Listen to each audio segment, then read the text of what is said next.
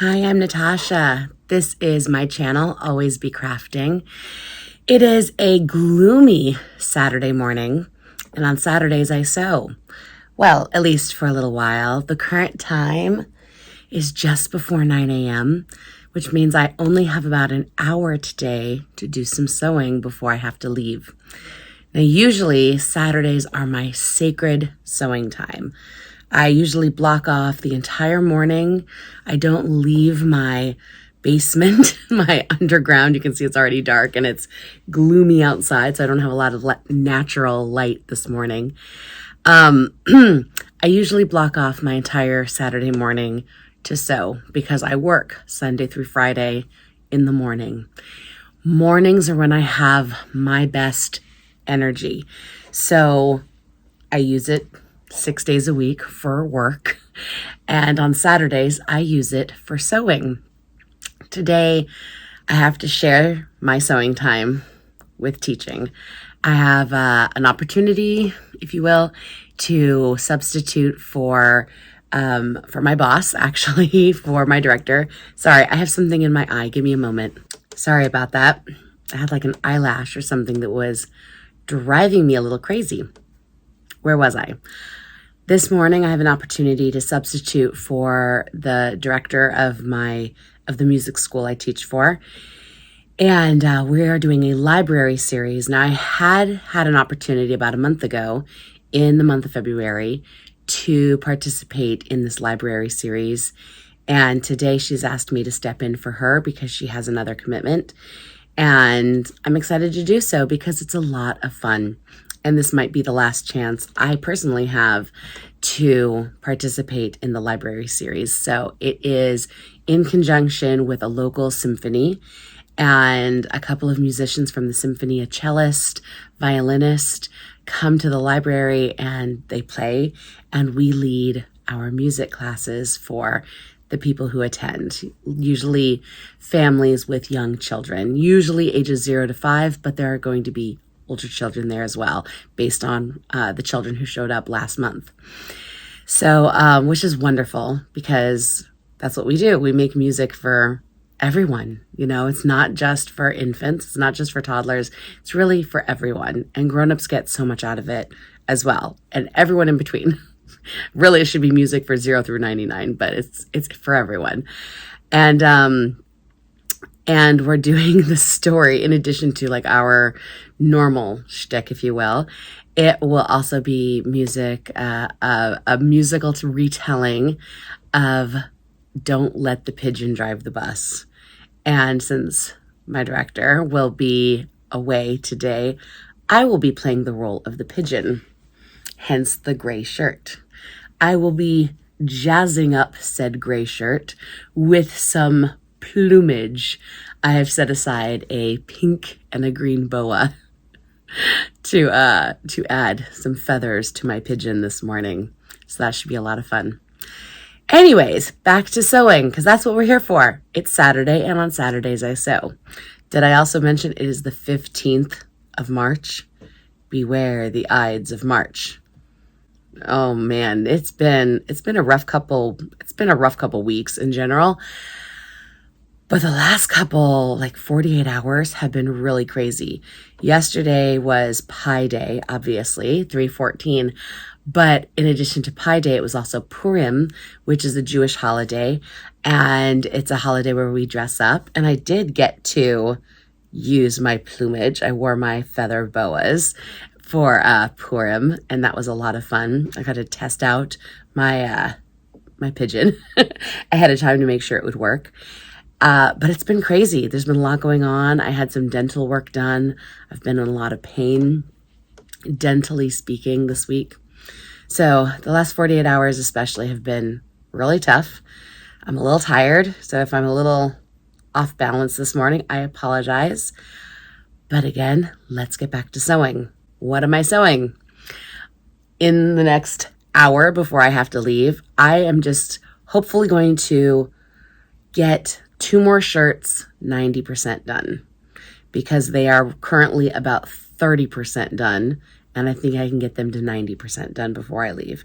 So they're just like this. They're just this gray shirt, which is the Scout Tee by Grainline Studio. They're cut out. They've already had their darts, their breast darts sewn in, and the sleeves have been sewn and cuffed. See, the sleeves are sewn and their hems have been cuffed.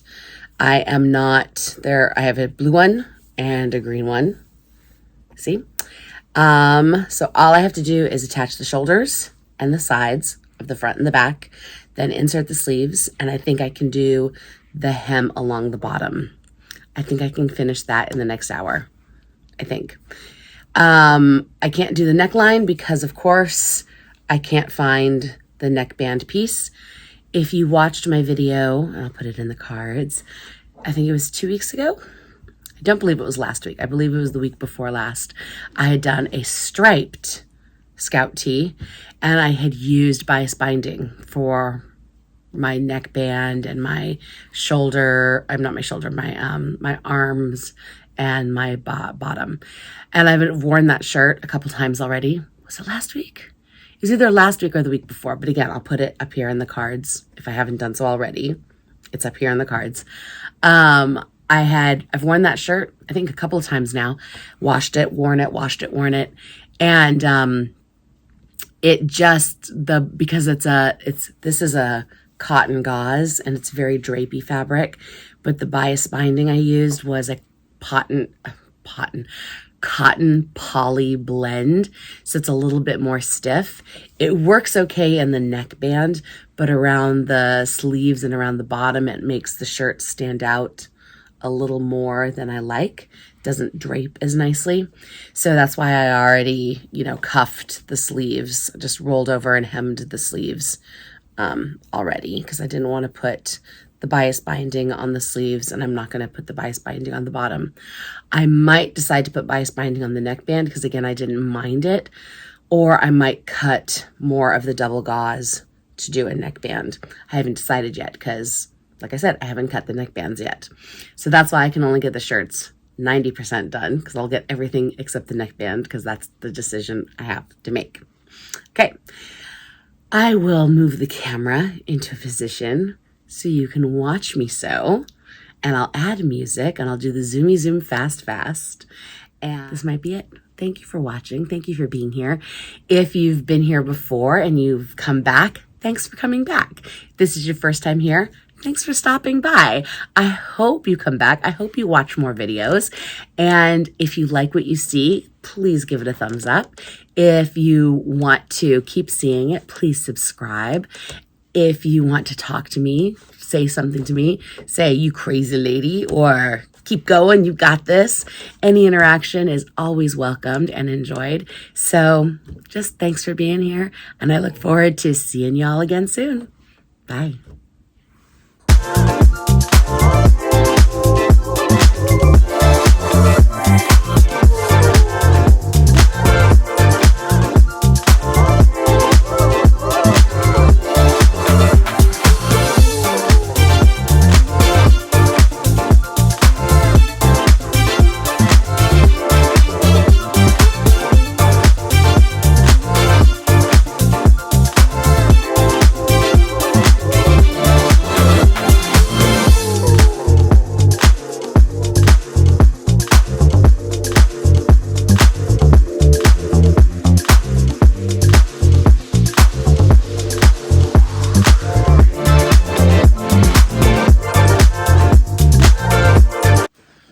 I'm back.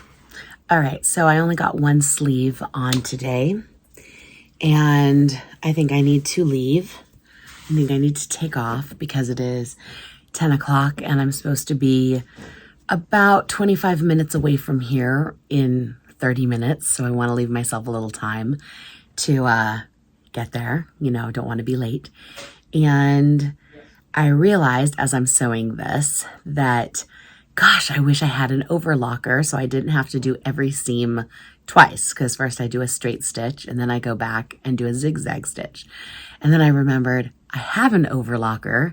I'm just afraid to use it because the machine is old. I have like an old baby lock overlocker.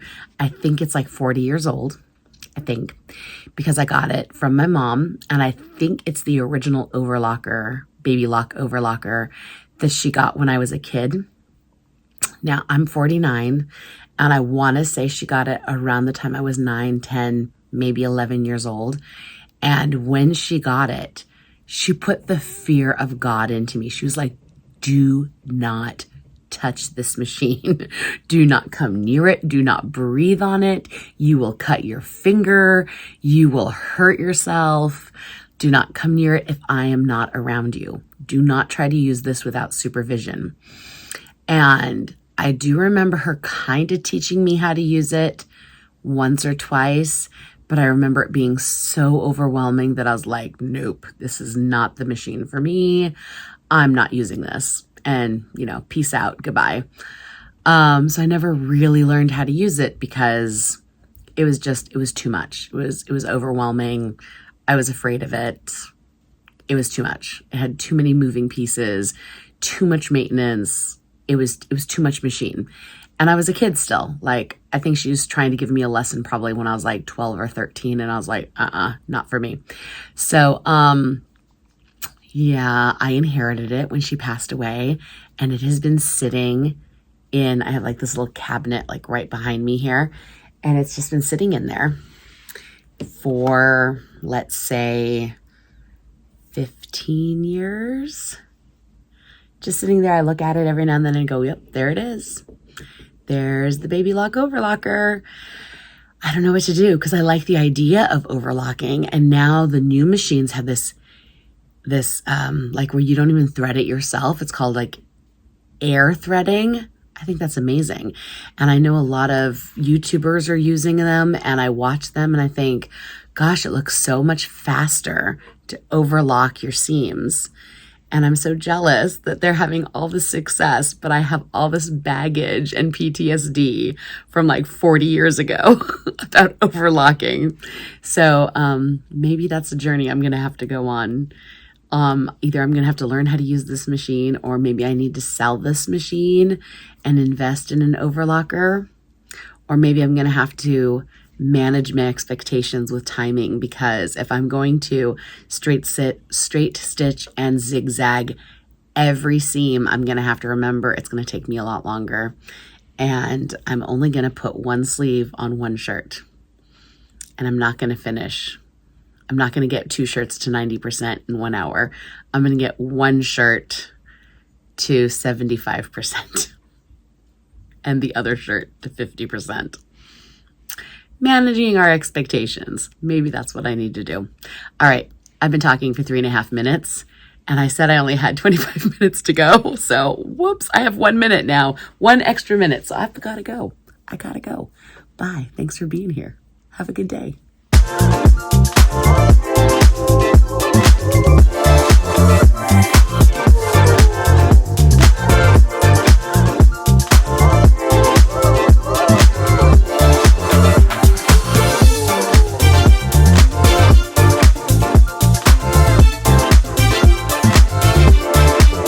Hi, I'm back.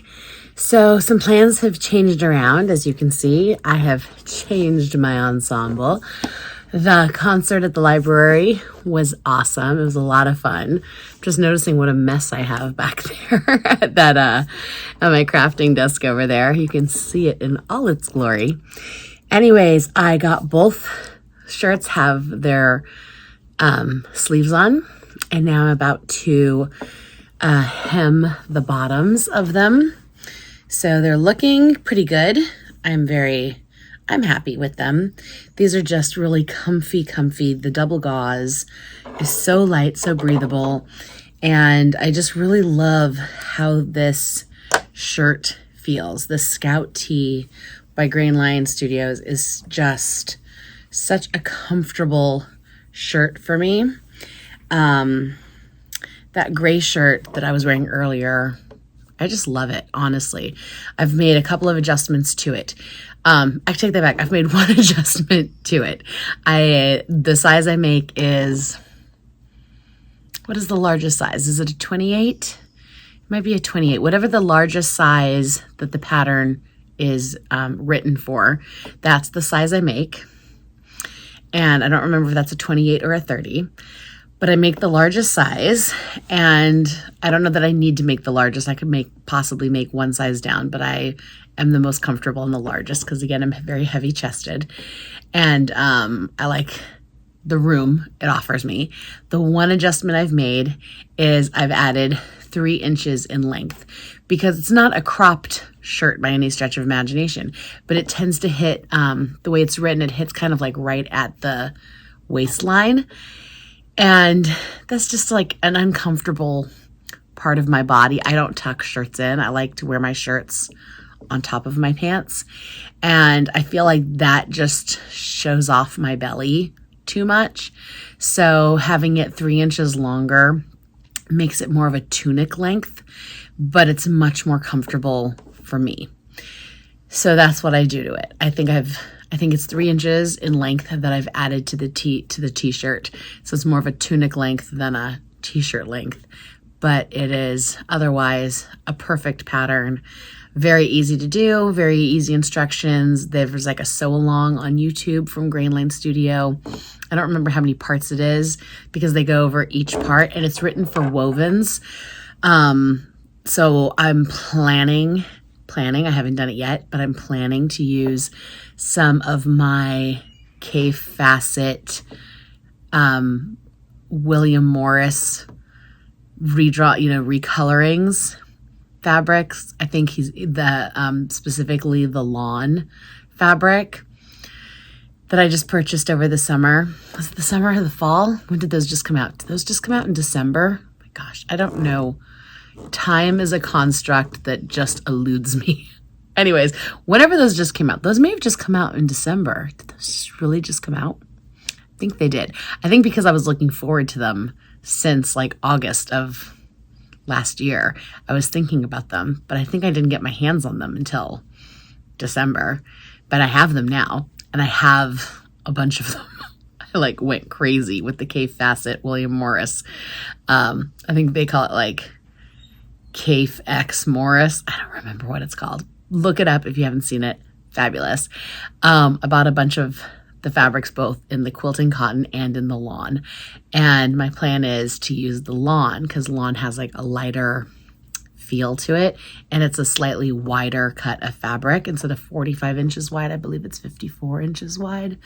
Anyways, I'm planning on cutting into that in the same pattern. Now I have another Grainline Studio pattern that it's actually on my Make 9 list. It's not right in front of me. I'll put it up in the cards because again, it's on my Make 9, and it is a tunic. It's like a work tunic because it's a longer length because it's a tunic, and it has pockets built in. And I keep thinking, because I love the Scout tee so much, I love the way it's cut, I love the way it's patterned, that this one being a tunic already, being a longer length and having pockets would be perfect for work. I just haven't done it yet. I really need to do that. I put it on my Make 9 for a reason, and I just keep making the Scout tee because it's dependable. And actually these ones, the double gauze, I had cut these shirts, the green and the blue, I had actually cut these out, gosh, a while ago. I don't even remember when I cut them out.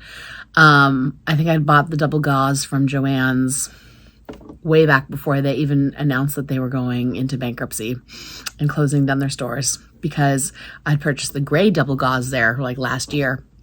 And I love the shirt so much. I'm like, well, I have to buy more because I just loved it. And I think I had a coupon maybe for my birthday. My birthday's in August. So maybe like last year I had a coupon or a gift certificate, and I bought more double gauze because I wanted more shirts because I loved them. They're perfect for work. They're so light, so airy, yet I still look like fancier than just like, a regular jersey t-shirt. Anyways, that's my story. I'm sticking to it. I'm gonna, I guess now hem the bottom of the blue and the green. And not for nothing, but I didn't even mention this earlier, but Saturday, March 15th, for what it's worth, is also National Quilting Day. So maybe I need to like sew something with some quilting blocks involved. maybe I'll switch gears. Maybe instead of hemming these shirts, since I have to do the neck bands anyways, maybe I'll save the neck bands for, maybe I'll save the hemming for when I have the neck bands cut. Maybe I'll switch gears and I'll switch into bag making mode, because you know I love bag making. I have those 2 quilt blocks from my mom. Hold it right there. I'm pausing you. I'll be right back. I'm back. So I have these 2 blocks that when I was pulling apart my mom's leftover blocks that I'm now putting together in a quilt for the Festival of Quilts in England that I'm going to this summer. There were 3 blocks that were very similar, but not exactly the same. One block was like the same colors, but completely different pattern. That is the block that is now the centerpiece for the quilt that I am assembling from her leftover blocks. These 2 blocks are the same pattern, but different colorways. So one is pink and one is more orangey red. Okay. And I was thinking what I would do with these was turn them into a tote bag. So I was thinking the best thing to do would be to take probably an orange, since orange is also in this pink, and obviously orange is in this, and maybe orange canvas. Do I have orange canvas? I have orange vinyl. I have orange vinyl. I have orange moon glow vinyl from So Hungry Hippie, which you know I love. I was thinking of making a tote bag and making these like the pocket. So like one would have a pocket on the front and one would be a pocket on the back. So maybe I'll play with that. That sounds like fun, doesn't it? That sounds like fun. All right, I'm gonna move you. I'm gonna take you over to my other table, which is directly behind where you are currently stationed. I'll put you on the Zoomy Zoom Fast Fast, and I'm going to pull out some materials, and we're going to audition either canvases or vinyls and see what looks best with these 2 blocks. And then maybe we're going to make a tote bag, or I'm going to make a tote bag with either canvas or vinyl, or maybe even water-resistant canvas. I have that too. I have so many options. All right, tote bag time. Bye.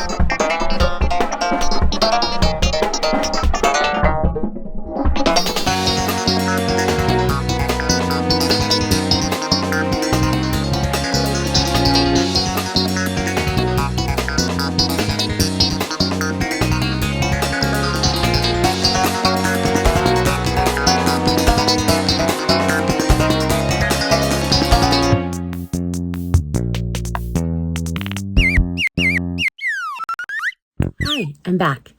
So I'm going to go spend time with my son And I'm going to stop sewing for today, but I thought I'd show you the progress I made.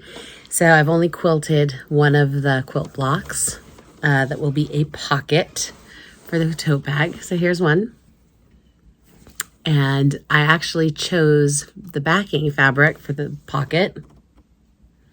That was some of the fabric that my son, the college boy, had given me at Christmas time, and I just thought it was really cute. Can you see? Just thought it was really cute, and it had the pinks and the oranges, and it had a lot of the colors in it. So that is quilted. Here is the fabric I cut out. I haven't decided. I chose a canvas. I looked at nylon, I looked at vinyl, different kinds of vinyl, soft vinyl, moon glow vinyl, and what other vinyl did I look at? I looked at something else. Oh, I also looked at waterproof canvas and water resistant canvas. Anything else? I think that's all I looked at. Anyways, I chose a canvas, cotton canvas, but it's a printed cotton canvas. It has all the colors, and it's a printed cotton canvas from So Hungry Hippie. If it looks familiar, it's because I had the same print on vinyl. Reaching for it. I made this little pouch not terribly long ago, so you may have seen this. This was a pouch I had made with the same print out of the vinyl, printed vinyl. And I really like it. I thought it was beautiful, and I thought, I like that print so much, I'm buying it in the canvas, and I really liked how this print looked with the quilt blocks. So I'm debating, I marked where I think I need to shorten the pieces. I'm just debating, because I knew when I was cutting them out, I forgot to take into account that, like, in my brain, I was like, oh, I need this much for the bottom, and I need this much for the top of the pot, like above the pocket, and then the bottom of the bag. And then when I was doing the math in my head for the bottom of the bag, I forgot I could split that number in half because there's two sides to make the bottom of the bag. So then I was like, oh, I made the piece too tall from top to bottom. So I marked where I think I have to cut the bottom right here. And I was just debating in my head. So I've folded it over where I'm going to sew it. And I was debating about the straps because I chose a sewable leather strap, but I think I want to use rivets. So that's what I'm debating. Do I want to use rivets or do I want to sew it? Because it is a sewable leather strap. So that's my debate right now. Anyways, I'm not going to do it today. I've had a lot of fun sewing. I even did a little quilt block sewing. Technically, this is quilting because, yes, the patchwork was already done, but I put the 3 layers together. I did the quilting on National Quilt Day, so technically it counts. All right, I'm going to go spend time with my family, do some cooking, and enjoy my very dreary Saturday afternoon. I hope you are enjoying your Saturday, or if you're watching this on Sunday, or whatever day in the future, I hope you are enjoying it, making the most of it, enjoying your family, finding your joy. You have to be creative and find your joy. We have to work for it, people. We have to work for it. All right, take care. Bye.